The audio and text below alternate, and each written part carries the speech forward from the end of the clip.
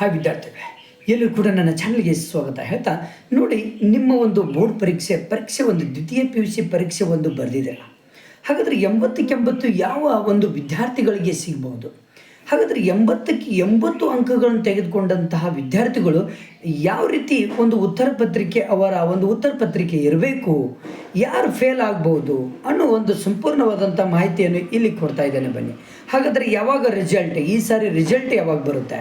ಹಾಗಾದರೆ ರಿಸಲ್ಟ್ ಆದಮೇಲೆ ಯಾವಾಗ ನಿಮ್ಮ ಒಂದು ಬೋರ್ಡ್ ಪರೀಕ್ಷೆ ಒಂದು ಅಂಕಪಟ್ಟಿ, ಒಂದು ಫೈನಲ್ ಟೈಮ್ ಟೇಬಲ್ ಯಾವಾಗಿದೆ ಅನ್ನೋದು ಸಂಪೂರ್ಣ ಮಾಹಿತಿ ಈ ಒಂದು ವಿಡಿಯೋದಲ್ಲಿ ಹೇಳಿಕೊಡ್ತಾ ಇದ್ದೇನೆ. ಬನ್ನಿ ನೋಡಿ, 80 ತೆಗೆದುಕೊಳ್ಬೇಕು ಅಂದರೆ ನಿಮ್ಮ ಒಂದು ಉತ್ತರ ಪತ್ರಿಕೆ ಹೇಗಿರಬೇಕು ಅನ್ನೋದು ತುಂಬ ಇಂಪಾರ್ಟೆಂಟ್ ಇರುತ್ತೆ. ಹಾಗೆ ಇಲ್ಲಿ ಇಂಪಾರ್ಟೆಂಟ್ ಆಗಿ ಯಾವ ರೀತಿ ಬರೆದ್ರೆ ನಿಮ್ಗೆ 80 ಈ ಸರಿ ಒಂದು ಮೌಲ್ಯಮಾಪನದಲ್ಲಿ ಸಿಕ್ಕಿದೆ ಅಂದರೆ, ನೋಡಿ ಮೇನ್ ಇಂಪಾರ್ಟೆಂಟ್ ಗೌರ್ಮೆಂಟ್ ಕೀ ಆನ್ಸರ್ಸ್ಗಳನ್ನು ಏನು ಕೊಟ್ಟಿರ್ತಾರಲ್ವ, ಆ ಕೀ ಆನ್ಸರ್ಸ್ಗಳು ನಿಮ್ಮ ಒಂದು ಉತ್ತರ ಪತ್ರಿಕೆಯಲ್ಲಿ ಇದು ಬಿಟ್ಟರೆ ನಿಮಗೆ 80 ಫಿಕ್ಸ್ ಆಗಿರುತ್ತೆ.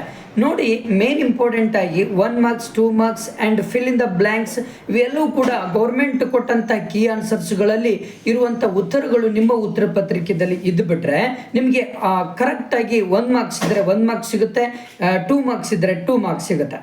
ಬಟ್ ಲಾಂಗ್ ಕ್ವಶನ್ಸ್ಗಳಲ್ಲಿ ಗೌರ್ಮೆಂಟ್ ಕೀ ಆನ್ಸರ್ಸಲ್ಲಿ ಇರುವಂತಹ ಮೋಸ್ಟ್ ಇಂಪಾರ್ಟೆಂಟ್ ನಿಮಗೆ ಪಾಯಿಂಟ್ಸ್ಗಳು, ಅದರಲ್ಲಿ ಇರುವಂಥ ಪಾಯಿಂಟ್ಸ್ಗಳು ನಿಮ್ಮ ಒಂದು ಉತ್ತರ ಪತ್ರಿಕೆಯಲ್ಲಿ ಇರುವಂತಹ ಪಾಯಿಂಟ್ಸ್ಗಳು ಸೇಮ್ ಇದ್ಬಿಟ್ರೆ ನಿಮಗೆ ಔಟ್ ಮಾರ್ಕ್ಸ್ ಸಿಗುತ್ತೆ. ಓಕೆ, 80 ಸಿಗಬೇಕು ಅಂದರೆ ನಿಮ್ಮ ಒಂದು ಉತ್ತರ ಪತ್ರಿಕೆ ನೀಟ್ನೆಸ್ ಆಗಿರಬೇಕು, ನಿಮ್ಮ ಹ್ಯಾಂಡ್ ರೈಟಿಂಗ್ ತುಂಬ ದುಂಡಾಗಿರಬೇಕಾಗಿರುತ್ತೆ, ಜೊತೆಗೆ margin, side margin, middle margin ಇರಬೇಕಾಗುತ್ತೆ.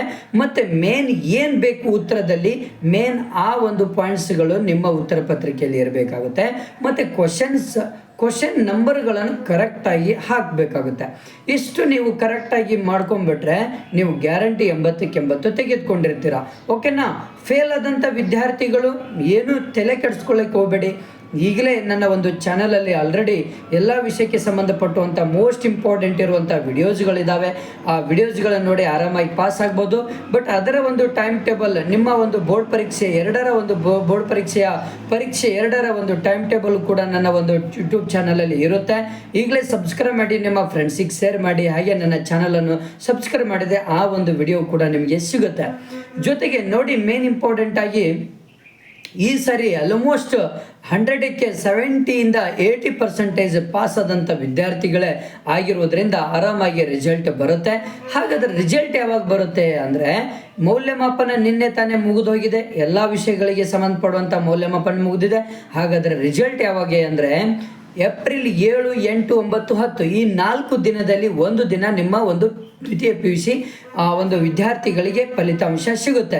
ಹಾಗಾದರೆ ಫಲಿತಾಂಶ ಸಿಕ್ಕ ಮೇಲೆ ನಿಮಗೆ ಪರೀಕ್ಷೆ 2 ನಿಮಗೆ ಸ್ಟಾರ್ಟ್ ಆಗುತ್ತೆ. ಅದರದ್ದು ಟೈಮ್ ಟೇಬಲ್ ಬಿಟ್ಟಿದ್ದೇನೆ.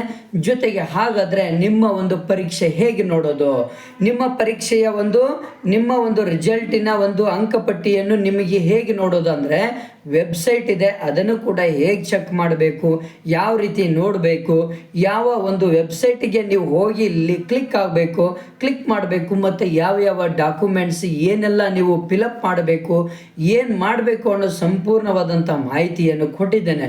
ಒಂದೇ ಒಂದು ವೆಬ್ಸೈಟ್ ಇದೆ, ಅದರ ಮೇಲೆ ಕ್ಲಿಕ್ ಮಾಡಿದರೆ ಸಾಕು, ನಿಮ್ಮ ರಿಜಿಸ್ಟರ್ ನಂಬರ್ ಹಾಕಿದರೆ ಸಾಕು, ನಿಮ್ಮ ಒಂದು ಕೋರ್ಸ್ ಸೆಲೆಕ್ಟ್ ಮಾಡಿದರೆ ಸಾಕು, ನೇರವಾಗಿ ನಿಮ್ಮ ಮಾರ್ಕ್ಸ್ ಕಾರ್ಡನ್ನು ನೋಡ್ಬೋದು. ಇಷ್ಟು ನಿಮಗೆ ಮಾಹಿತಿಯನ್ನು ಕೊಟ್ಟಿದ್ದೇನೆ. ಹಾಗೆ ಈಗಲೇ ನೀವು ನನ್ನ ಒಂದು ಚಾನಲನ್ನು ಸಬ್ಸ್ಕ್ರೈಬ್ ಮಾಡಿ. Okay, thank you friends, thank you.